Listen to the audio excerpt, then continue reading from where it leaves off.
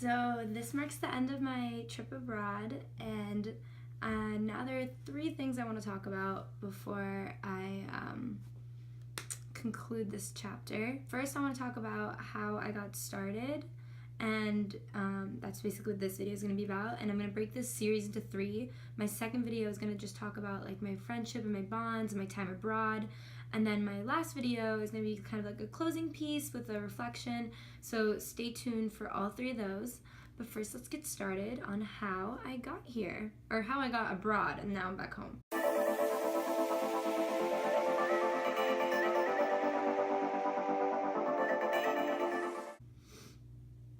I'm not tearing up because I'm sad. It's my contacts. Hold on. I just miss Europe.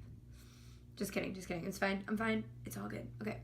So how did I get started? Basically, the most important thing to do for studying abroad is research. Just go crazy on Pinterest, go crazy online, go crazy with your academic advisors on programs that your school has to offer. Ask anyone you know who studied abroad what they've done, tips, what program they did, how they got there. I was on Pinterest with folders saying, all the places I've ever want to go. Like, even before I knew I was going to go abroad, I just had these lists of places with things to do at each of those places, where to stay. Basically, the biggest thing is to just sit down with your family and figure out what you can afford, how much money you can set aside for this.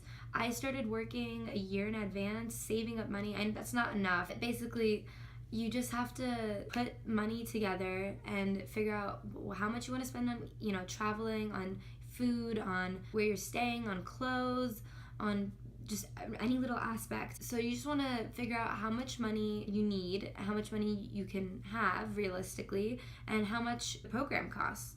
And so then from there, figure out how much you're paying at the school you're at right now, and then compare it to how much your program is.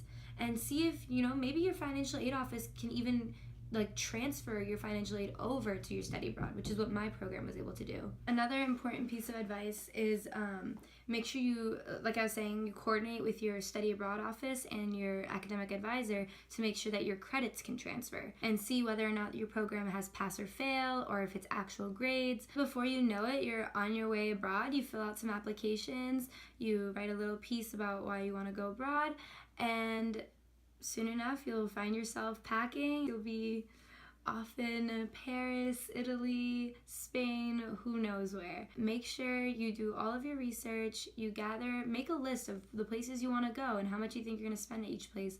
That was really important for me and my friends. We made sure we knew what we wanted to do during our breaks. And even when you're abroad, you'll find that there are so many organizations that can help you coordinate little day trips, weekend trips, or even week-long trips to different places in Europe. It'll just be the best time of your life, and make sure you take advantage of it. So that's my little 2 cents on how to get started. Next, I'll talk about my actual time abroad.